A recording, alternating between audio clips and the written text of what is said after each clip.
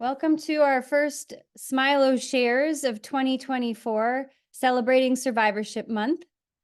My name is Tara Sanft. I'm the director of the Survivorship program, and I am joined by two amazing colleagues, Dr. Gary Soffer and Christine Sari, and they will introduce themselves in just a moment. While we're having everyone get settled in for our next hour of having a wellness retreat, I just wanted to point out that Survivorship Month is June, and we have many great activities to offer. If I could just share with you,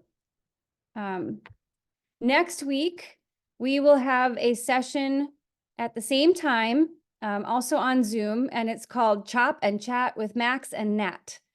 So Max is a chef and a dietitian in the teaching kitchen, and Natalie Smith is a dietitian who works in the survivorship clinic.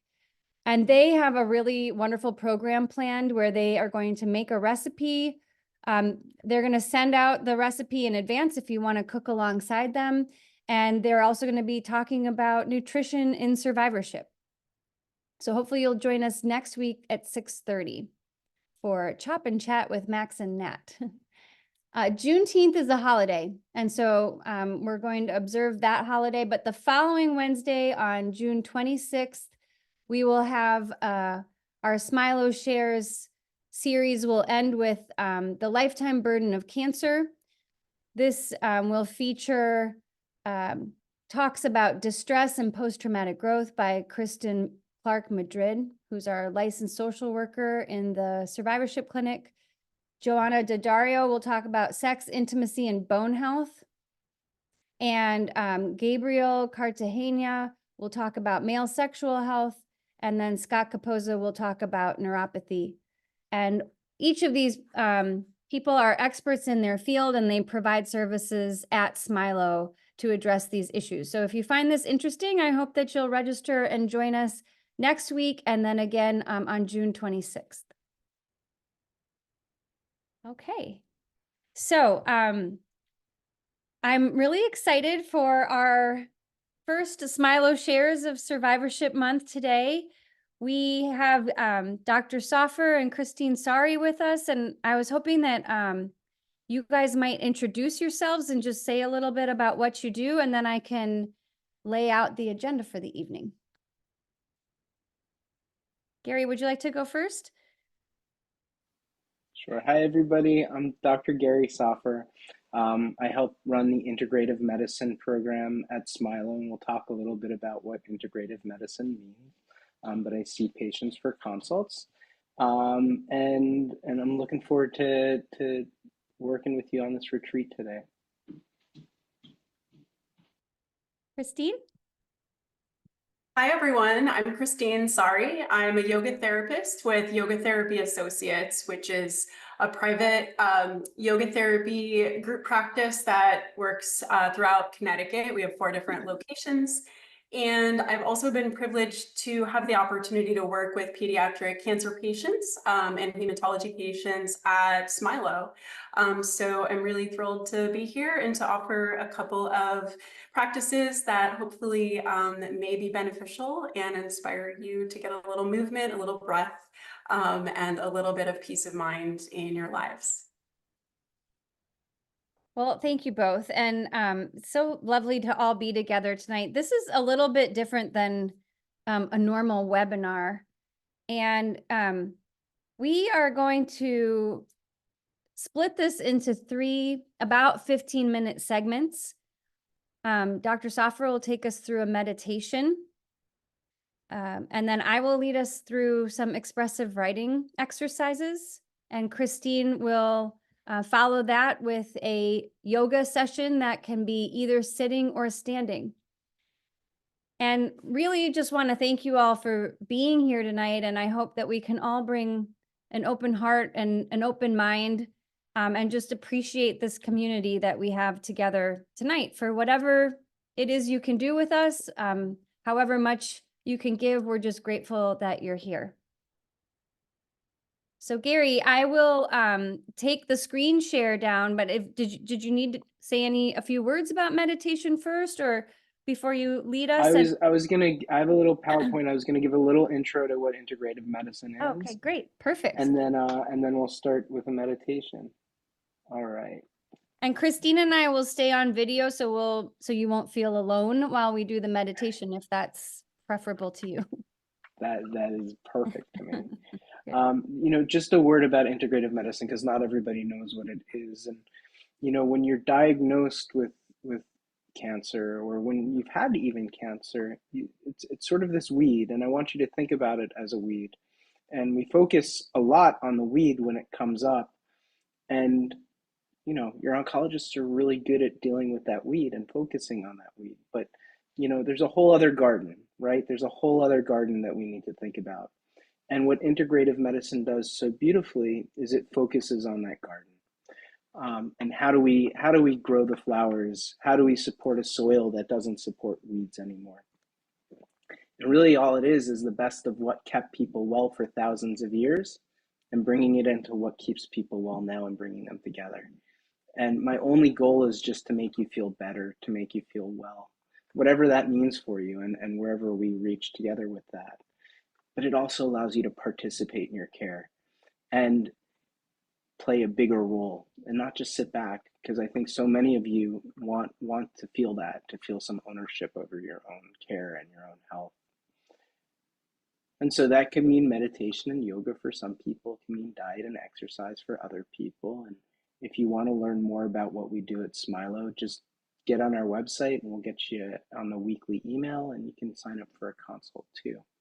So my favorite practice of all is meditation, because it takes the least. There's no real financial commitment. There's a tiny time commitment, and the outcome is great. There's a lot to do from it. And just basic principles are really getting a handle of your set and setting. So hopefully you're in a nice quiet space that gives you peace. I'm not in a quiet space. That's why I have my headphones in. You might hear my kids running around upstairs, but that's okay. You want to find a comfortable position. So usually a seat is best. Some people prefer to lie down, and you can lie down, just not too comfortable because you don't want to fall asleep.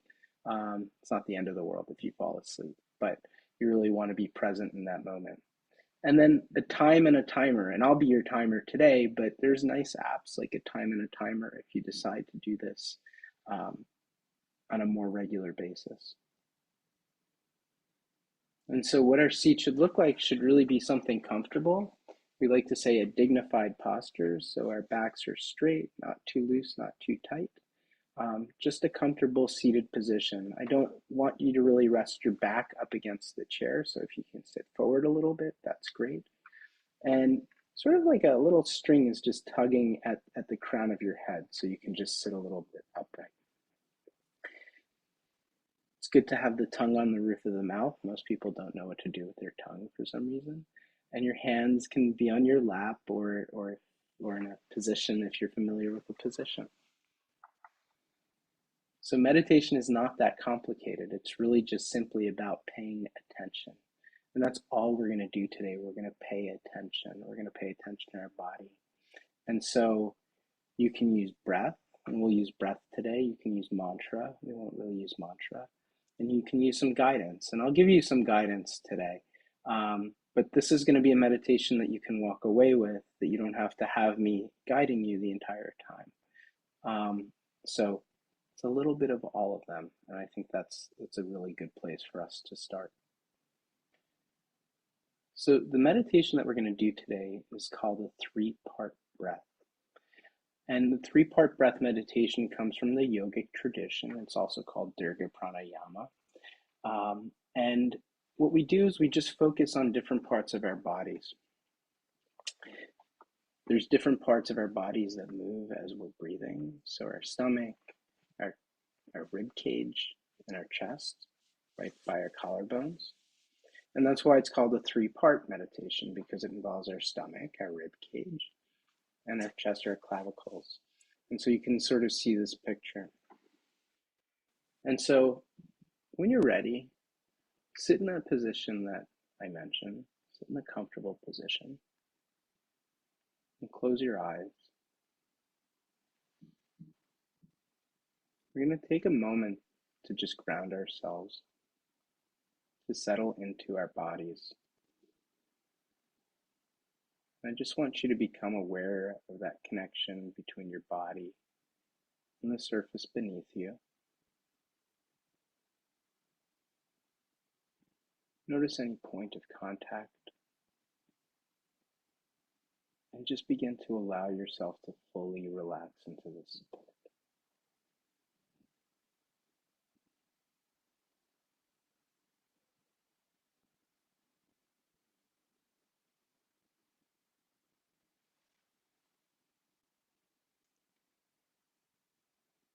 We're going to begin to bring some awareness to our breath.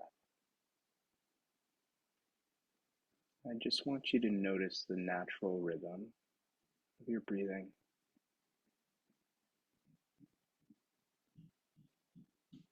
Don't make any changes. Just observe your breath as it flows in, as it flows out. We'll just spend a minute here being aware of our breath.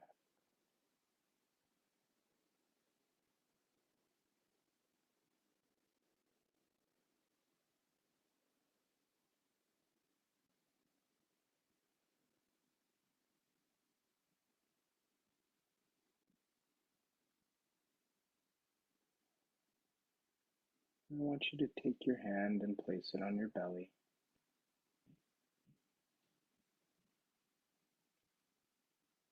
And as you inhale deeply through your nose,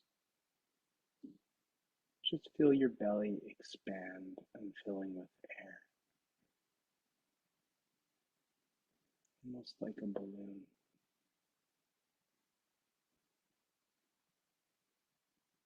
And as you exhale through your nose, feel your belly contract and release that air.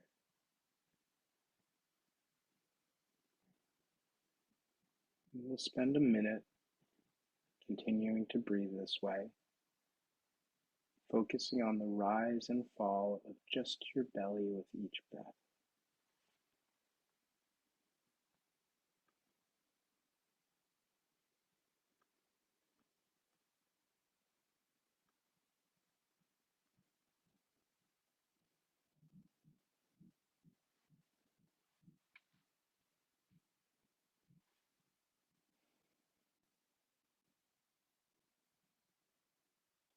Now place both of your hands on the sides of your rib cage. If you need to open your eyes to look at the picture, you can do that. Just one hand on each side.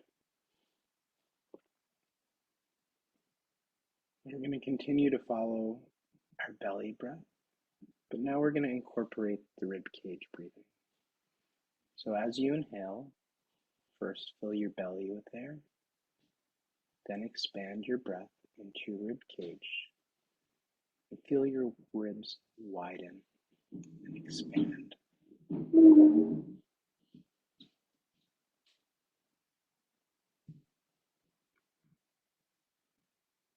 And as you exhale, let the air release first from your rib cage and then your belly.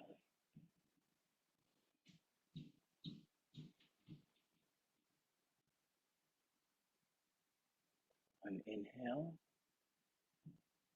fill your belly and expand your rib cage. And on exhale, release the air from your rib cage and then your belly. And we'll continue this pattern for another 30 seconds or so.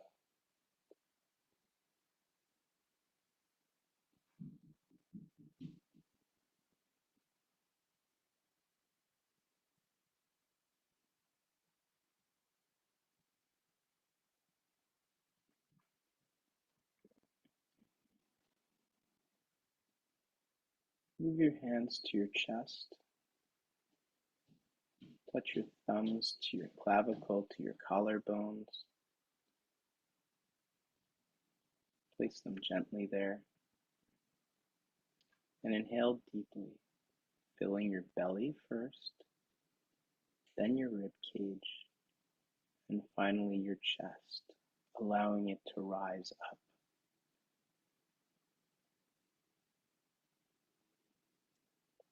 And exhale in reverse, letting the air release from your chest, then your rib cage, and finally your belly.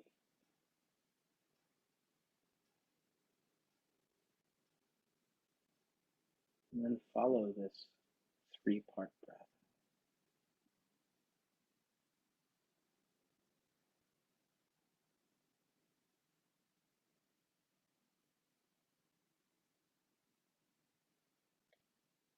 And release your hands and allow them to rest comfortably on your legs or in the position that you were holding before.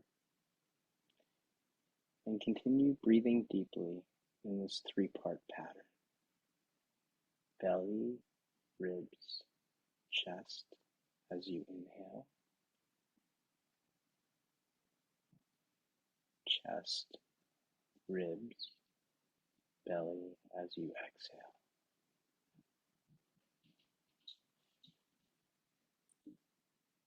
And as you follow your breath, allow it to feel less like 3 separate parts and more like a wave moving through the ocean.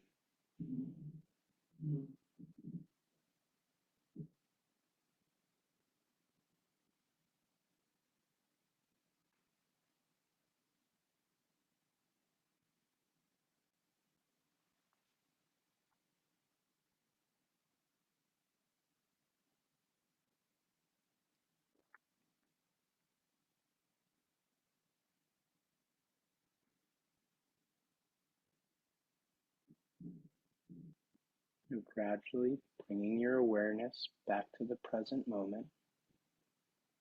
Notice any sensations in your body and the feeling of your breath. And when you're ready, gently open your eyes, carrying the sense of calm and centeredness as we move forward into our journaling session.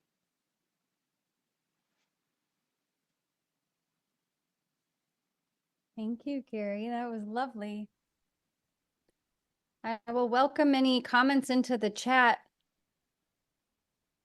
I really appreciate everyone for being here, and thank you for bringing us through that.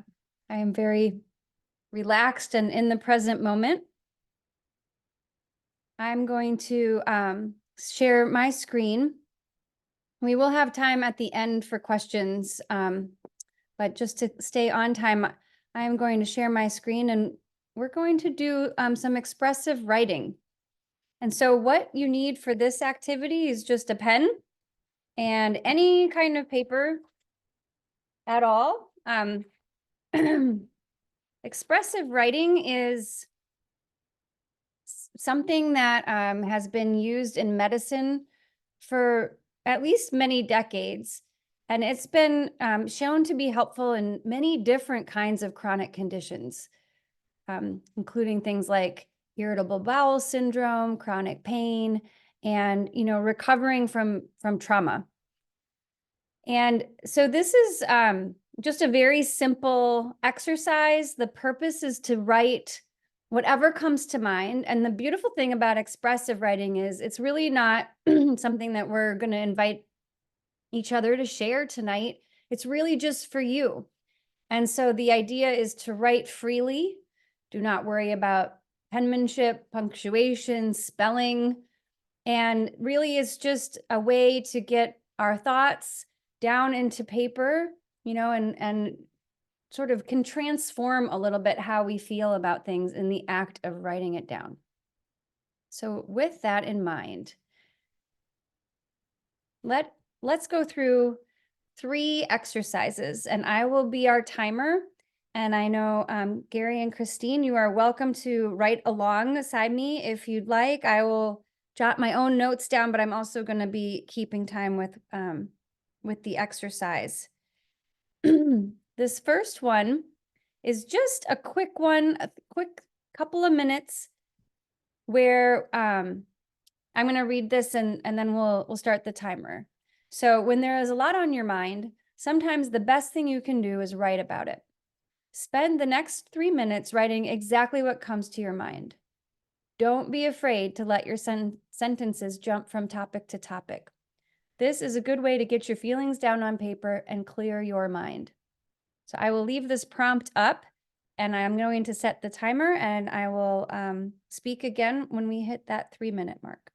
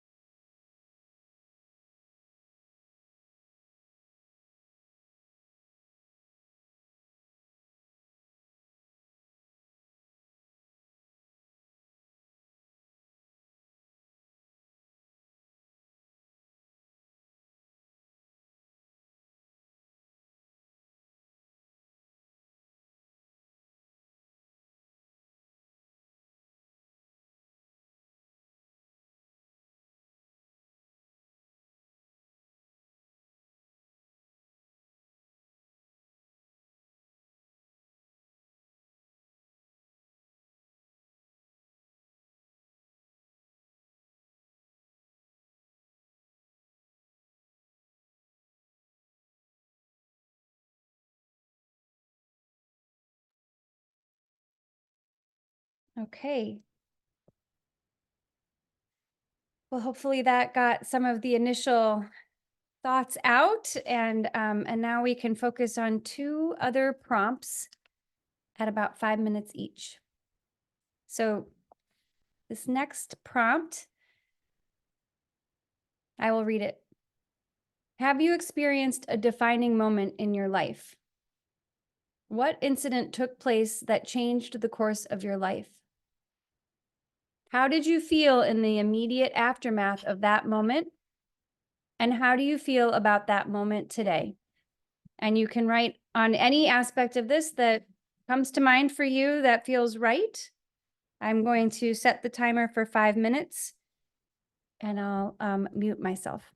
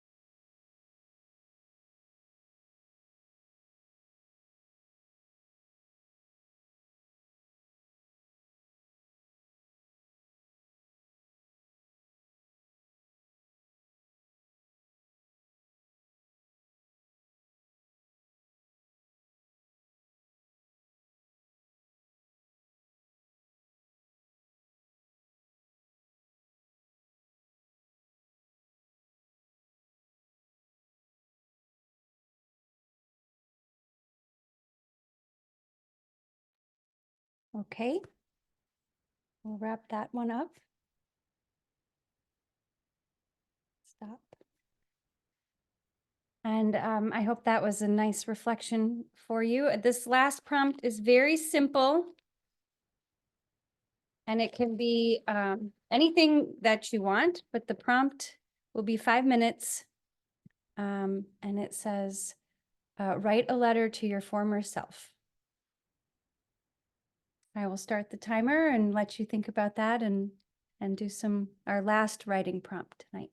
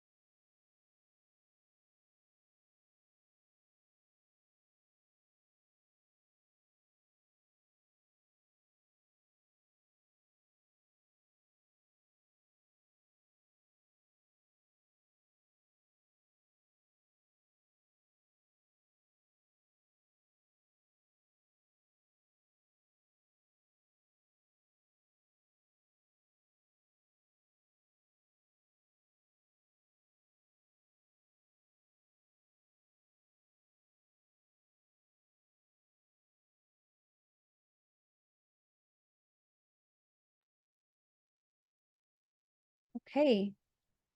This is coming to a close. I'm going to stop my share. We still have people with us, which is so exciting. I hope that that was a nice exercise. I just participated in an expressive writing class through a journaling organization and found it to be extremely healing. And so if this is something that you like and you want more information, we'll be happy to provide that for you. And now I'll hand it over to Christine, who will take us through some yoga to shake out anything that's left in our bodies after the meditation and the writing. Well, the one thing I'm noticing right away is that my wrist needs a little shaking out. So I think we might start there. Thank you so much, Tara. That was really fun. And I really enjoyed the breath work, especially being on the receiving end of that. I know I do a lot of breath work with my yoga therapy clients. And so it's lovely to have that as a recipient. So I thought I might start by talking just a bit about what is yoga therapy, and then get into some of the benefits that doing various types of yoga practice can offer, whether you're in treatment or beyond. And just to kind of ground us in the options and knowing that there are such a range of, even within given techniques like movement, breath work, or meditation, there is such a wide range of options. So if something doesn't work for you that you try tonight, just know that there are many different versions of different types of practices, and we don't need to master them all. So finding something that brings you a state of peace or offers you, nervous system regulation, helps you calm down, or helps strengthen you and rebuild your strength very slowly at a pace that feels right. Those are the types of ways that we can use yoga practice to help ourselves over time. So it doesn't need to be an hour of physical fitness or an hour on a cushion trying not to have thoughts. These are traditional or popular concepts that are not always useful. Excuse me, I have a little something in my throat. So yoga therapy is a little bit different than a group yoga class in that it's for the individual. So we're usually in an office-based setting, and we're typically not doing a lot of athletic things. Instead, we're working on symptoms that are of most concern to a given person. So while, for example, someone may have a cancer diagnosis, that's not a symptom. The symptom may be fatigue. The symptom may be troubling thoughts that keep one up at night.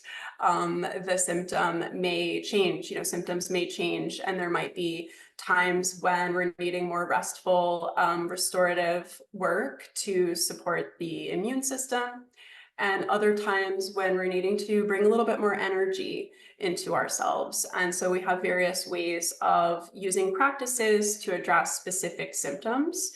And yoga therapists work by giving home practice. So that might include a video, but often it might just include a written description of the practice to kind of remind a client of what their particular practice entails. And we also use a lot of audio recordings.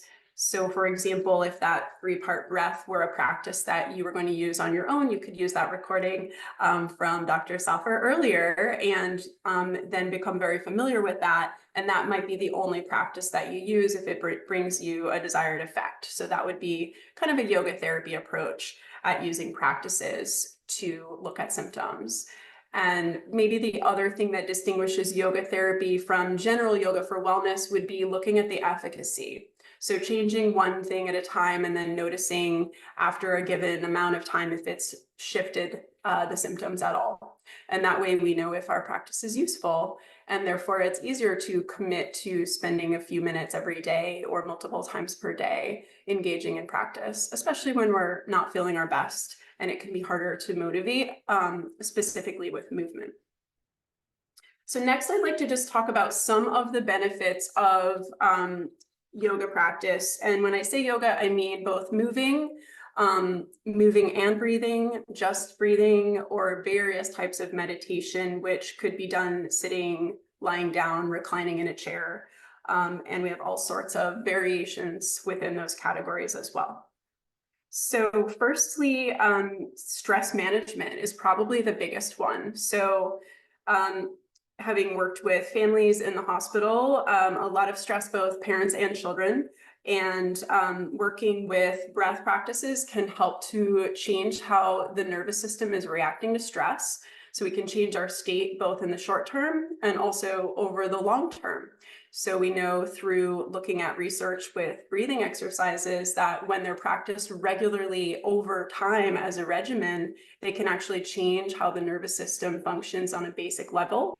And that can help to reduce stress hormones, which is definitely a benefit to optimizing our health as well. And then some of the physical benefits of movement, just gentle movement. I'm not talking about anything athletic, no pretzels. We don't need to be flexible, but just basic movement can be a really big challenge at various points in treatment. And movement can be really helpful for getting the lymph to flow into the thoracic duct and then be excreted eventually. So we know that moving just the joints through a very basic range of motion, even without adding on the breath, can work.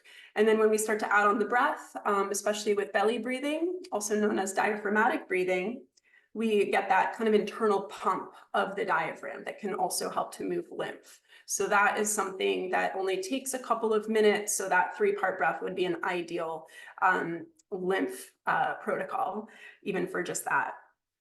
And then we have fatigue management. And so here we're looking at practices from the type of practice called yoga nidra, which has been used a lot in sleep. It's also been studied a lot for PTSD. But for fatigue management, doing guided meditations in a lying down position can be very beneficial in finding healing brainwaves. And those states just increase our rest, which is beneficial. And again, using it over time. And then, of course, there's strengthening both muscles and bones that can be depleted during radiation and chemotherapy. And just kind of very slowly, the key is really finding the right positions for one's body. So if we can't get on the floor, we're not doing that. And working slowly over time. And this is where home practice can be beneficial. So we don't need an hour of crazy yoga poses, maybe just 2 or 3 might be enough to just get that strength to start to recover. And then we have managing pain and weight gain. So there are chronic pain meditations. We also know that when we calm our nervous system, it can sometimes shift our relationship to our learned pathways of pain. And in terms of managing weight gain, becoming more sensitive to our energetic needs and working in a very peaceful and gentle way with that over time through awareness can be really beneficial as well.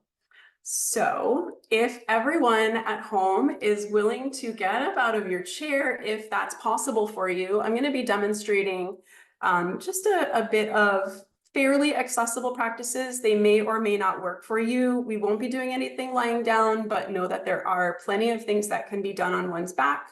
I've certainly worked with kids in hospital beds that are not getting out of bed. So if you're at risk for falling, please respect your own needs and make sure that you're caring for yourself and that you know that you're cleared for movement before participating. We do have doctors here if you need to consult in the comments. So I'll be offering, firstly, this can be done standing or sitting. So I'm going to go ahead and remove my wheelie chair, which is not stable, and come back into my kitchen chair. So if you have a chair on wheels, I recommend that you substitute it out for a chair without wheels. And then we're going to scoot forward a bit. So notice that when we're really far back, my feet are, well, I'm short, but my feet are not grounded. So come far enough forward in your chair that your feet can be flat on the ground. Take a look down at your feet and notice if your ankles are under your knees, and if they're not, adjust the position of your feet so that your ankles are just about under your knees. And then I have my feet positioned at about hips width. You could go a little wider if that felt more stable for you. And then we'll begin with some wrist movement because we were just journaling. So if you want to reach your arms forward, this can also be done standing. So if you feel like you want to get up out of your chair, this is another option. We're going to start with the arms reaching forward with the palms face up. And we'll stretch the fingers, start to bring them back towards the wrists. And then slightly curl the fingers, bringing them forward. So I always like to add movement with or without breath. So sometimes when we have had traumatic experiences, the thought of being told to breathe in a specific way can trigger our nervous system to feel a reaction that's uncomfortable. And if that's the case for you, anytime I mention breathing, just ignore it. And actually that goes for any yoga class. You should always do what makes you most comfortable.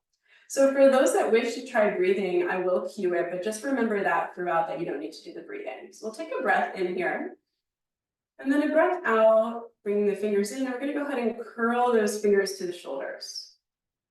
Arms open wide like chicken wings, another breath in, and then elbows back together, a breath out. Extend arms forward with the fingers open and peeled back, breath in. Fingers together to shoulders, a breath out. A breath in, opening. And a breath out. So that's our pattern.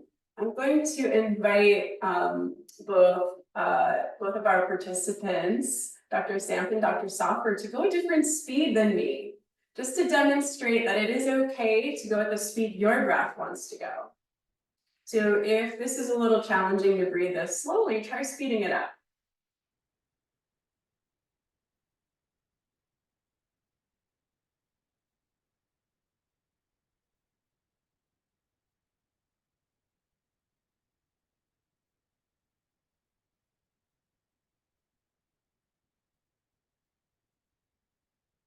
All right, let's take a rest with our arms and rest our hands down wherever you feel comfortable. And if you're standing, you can just let your hands dangle by your sides here. All right, so next we'll take a little shoulder rotation. And that'll look like finding a cactus shape. If you have any shoulder issues or pain, always come out of a pain zone and into a pain-free zone. So you can always lower your elbows if necessary, that's fine. We'll try to keep the shoulders relaxing down, but the elbows just slightly underneath the height of your shoulders. So this will be our breath in, drawing the fingers back, and then a breath out. Keep your elbows kind of where they are in space and let your arms flop down like you're a robot or a zombie. All right, so breath in, this is our external rotation, and then a breath out, we find our internal rotation. Not something we do very often in life, right? So find your speed if you're doing the breath. And if you're not opting for breath, just moving at a speed that invites you to feel stuff in your shoulders. So notice what you feel. You might feel something different on the right than you feel on the left. You might feel some warmth in the tops of your shoulders as they work to hold your arms up. And if that's the case and you need to rest, of course, just take a break.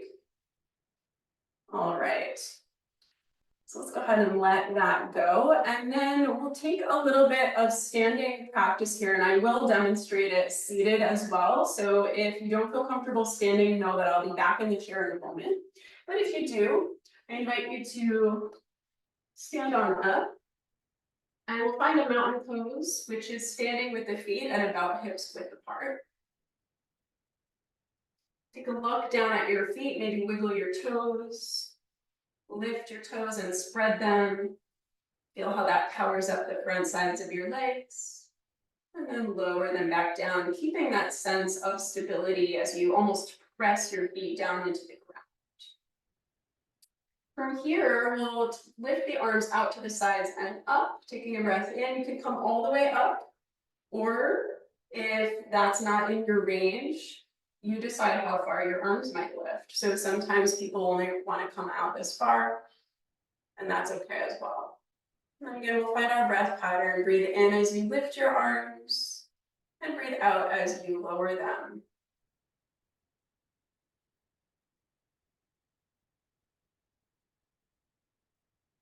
When we're thinking about the arms or thinking about perhaps the breath, can we also feel the feet and that sense of strength in the legs at the same time?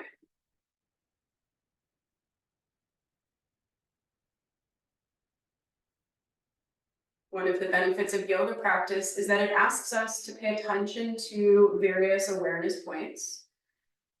And that can keep our mind focused on the present moment, which might help when present moment, when our minds are not occupied, can feel quite overwhelming. So right now we're focusing on the breathing, the movement, the sensation in the shoulders, and can you also feel your feet and your legs?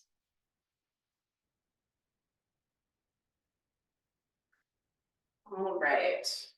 Finding now one of our warrior poses. This can be great for building some strength.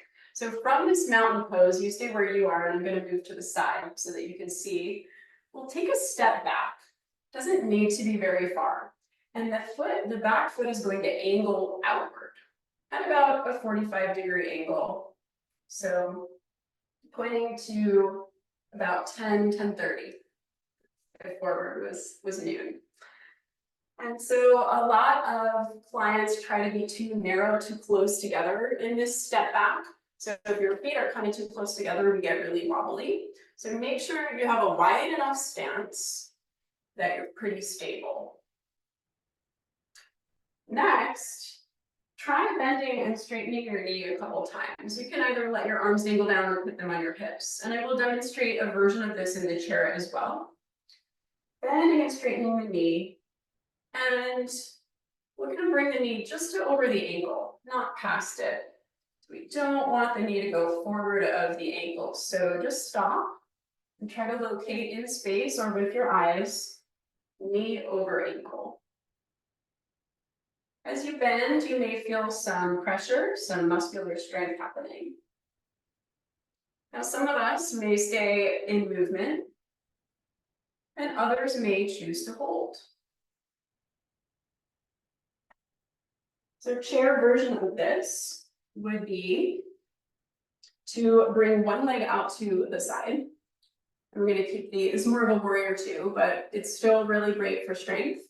And then to lean the shoulders forward until you feel some pressure in the leg. And then the leg that is extended out to the side, press the whole foot down into the ground. The spine is long here. And then you can come in and out of that pressure, rocking forward and back in your chair, feeling the pressure. So we haven't talked about breath yet. If you wish to out on breath, we'll take a breath in as we come into the knee bend, and then a breath out as we come out of the knee bend. So on your stronger days, or as you get stronger, you could even do some holds and then continue your breath pattern. So staying in the pressure for anywhere between 2 to 6, even more breaths. And you can modify that as you get stronger and stronger. Wherever you are, we're going to change sides now. So returning to a neutral mountain pose or a neutral seated mountain pose. Just take a moment to notice how your body is feeling. Notice if your heart rate is a little elevated. You're breathing through your mouth. See if it's possible to breathe through your nose if you don't have any restrictions that would prevent you from breathing through your nose. See if it's possible to breathe nasally. And then we'll go ahead and switch to the other side, stepping the other foot back that you didn't do yet. Find that nice width. And then notice as you bend and straighten your knee that the knee is not coming farther forward of the ankle. And it's okay to change the angle of your back foot to accommodate any tightness in your hips or knees. So if you're feeling a lot of knee torque or hip tension, or you have any nerve sensations anywhere in your body, come away from those positions. So I'm going to give a different arm option for those of us that are moving and breathing here. So we may take a breath in and reach the arms up as you bend your knee. A breath out to straighten the knee and soften the arms down. A breath in, reach the arms, bend the knee. And a breath out to lower the arms and straighten the leg. So continuing, and I'll demonstrate that in the chair. A breath in to lean forward to reach the arms. A breath out to rock back, hands to hips. Remember, you can always change the speed of your breath, faster or slower, to find an easy and sustainable rhythm. And then perhaps finding a hold here, maybe with the arms lifted for 2 breaths. And maybe some of us feel done, and if that's you, coming back into a neutral seated or standing mountain when you feel ready.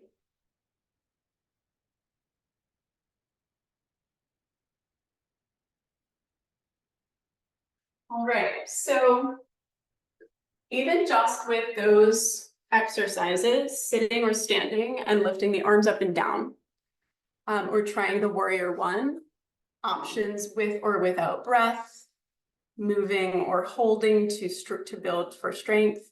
We have a lot of various options.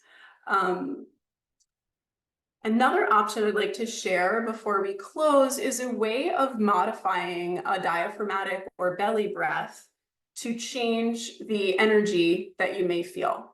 So to change how your nervous system is working. So in breath work, we have 4 parts of the breath cycle. We have our breath in, we have the ability to hold our breath at fullness, we have a breath out, and then an ability to pause before we take a new breath. The first 2 of those parts are energizing. So when we do breath work that has a longer breath in or a hold in the breath, that can be very energizing. And this can be very beneficial to do in the morning when fatigue is an issue. And then on the second half of the breath cycle, that breath out and the pause after the breath out, these are calming and can help put us into what's called a rest digest state, or for those who really want the details, a parasympathetic nervous system state, if you're into the lingo. And this can be beneficial for changing anxiety if we're getting like panic symptoms or anxiety symptoms, or even thoughts that are very fast or feel negative or catastrophizing or worrisome. And by emphasizing the ratio of the energizing portions of the breath and the ratio of the calming portions of the breath, we can build a way of breathing that can change how our nervous system works. So coming back to our exercise of just sitting and lifting the arms up and down, if your arms are tired, you can do this without the arms. We'll try 2 different ratios. One will be energizing and the other one will be more calming. And just know that doing the energizing one right before bed is generally not a great idea, so we won't do it for very long since this is a webinar in the evening.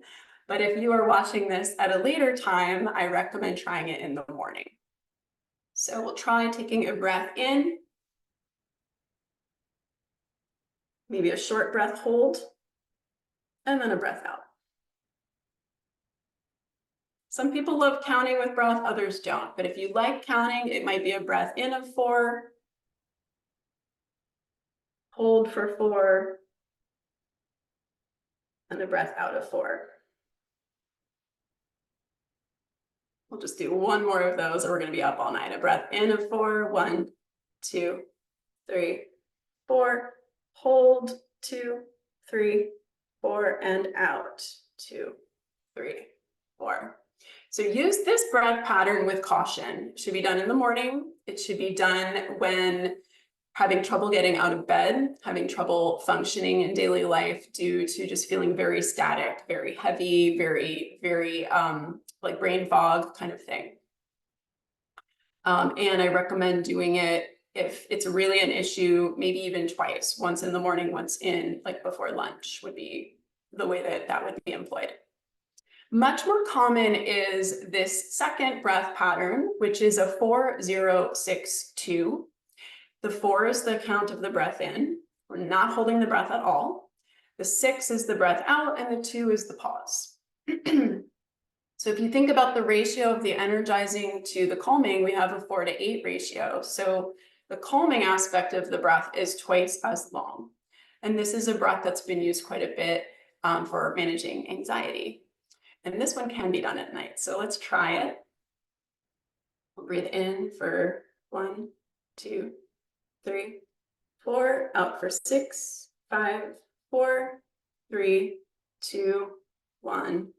Pause and pause. In for 1, 2, 3, 4, out for 6, 5, 4, 3, 2, 1. Pause, pause.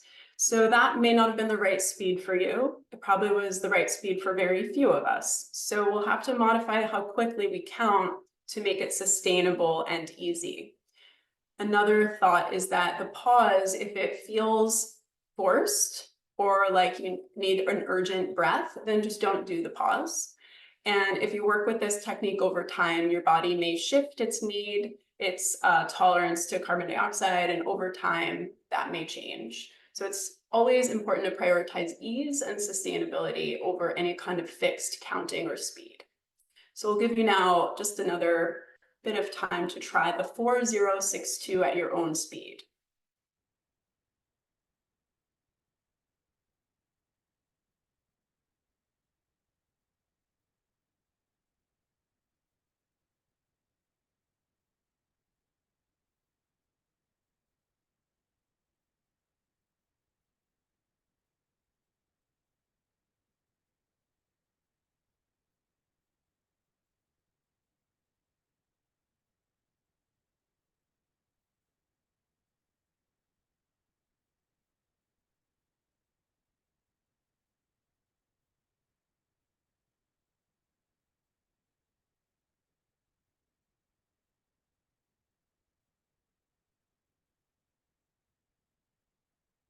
All right, after your next breath out, release that practice and take a moment to notice how you're feeling right now. In your body, in your energy, in your thoughts. All right, now if counting doesn't work for you, just know that you can always just lengthen your breath out compared to your breath in. Don't need to count. I hope that you found that useful. And then I'll just leave one final thought with everyone. So I have provided a link to an additional rest practice that is called Prana Nidra. It's been used to help restore energy through visualizing energy moving through the limbs of the body and collecting in the body. So this is a practice that would be beneficial when we're in a lot of pain, or when we're highly fatigued and not even able to do any breath. And so that practice can be found. Should I put the website in the chat? Yeah, or do you have an option to chat to everyone? I think I do. So Okay. If you don't, then it's you can... yogatherapyassociates.com/retreat. And the practice is called Prana Nidra. So I'll put it in a moment, but thank you so much for participating. I hope you found something useful and that you continue to explore various practices so that you can find something that seems to be supportive for you. Thank you, Christine. I found this entire hour to be very helpful to me, very relaxing. I have like a kind of a happy heaviness about me, and I know I'm going to sleep well tonight. Do you have any parting thoughts or comments, Gary or Christine? And if anyone has... I see some questions in the chat that I Oh, good. want to answer. Okay. I think the first one was, let's look through here. So Kathy mentioned that she has asthma, making breathing and relaxing difficult. And Christine brought up an excellent point that not only could it be impactful for people with physiologic reasons, it can also be connected to some trauma or some issue like that. And so meditation is really about a focal point. And one of the easiest focal points for most people is breath. But for Kathy and for lots of others, it's not. And so you can use other focal points like a mantra, one famous mantra from the Tibetan tradition is Om Mani Padme Hum, or just simply Om is a mantra. Kirtan, which is Indian chanting, is a beautiful form of mantra as well. You can look at a picture. You can say Hail Marys if you're Catholic. You could say the Shema if you're Jewish. There's lots of options, but the idea is just simply to find a point of focus to draw your attention to when your attention moves away from that point of focus. That's it. Really simple. And then Ying said she found she just has belly movements when she inhales and exhales, and the rib cage moves a little. The movements might be subtle. Everybody's bodies are a little different. You know, you may get big belly movements and little chest movements. You may get little belly movements and big chest movements.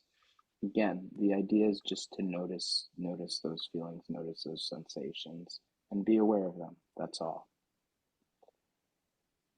I find it interesting. I was just going to say, putting my hands on my belly, like not something that is always the most comfortable thing for women who are walking around sucked in all the time and trying to make them look slimmer. It's just an interesting thing that, like, how often do you put your hands on your belly when you're not pregnant or something and just feel it breathe? It's going to take some getting used to. I'm glad you brought that up. I've had clients say the same thing or have, big emotional releases, putting their hands on their bellies. So another thing to try if you're interested in working with the breath and finding the different respiratory muscles would be changing your body position. So I often start lying down on the floor. Can be very beneficial because we're not using our postural muscles of our backs and necks to hold ourselves up, which actually you're working very hard to sit right now if you're not on your couch. So you could try lying down, and another thing would be actually lying on the belly on a floor or a carpet can be really interesting. So you can kind of feel the belly push into the floor and get some feedback that way.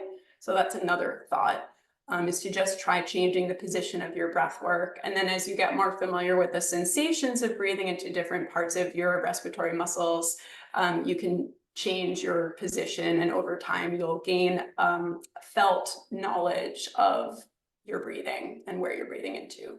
So if that's something that you're wanting to explore, or like Gary said, not every practice is for everyone. And so if it didn't work for you, there's no need to work on it. Well, thanks again. I don't see any additional comments or questions in the chat. I felt like this was a transformational webinar, which isn't that typical for me. So I'm a different person leaving than I was coming in. And I just want to thank the panelists so much, Gary and Christine. Yeah, I'm so grateful to go through this with you, and for everyone who made the time tonight. And we will post this on our YouTube channels and be happy to share this with anyone who you might think would benefit from this. And Christine put some wonderful resources in the chat. And Gary had talked about all the different integrative medicine offerings at the top of the hour. So maybe we will leave you with that. Gary, if you want to flash that one more time as we sign off here.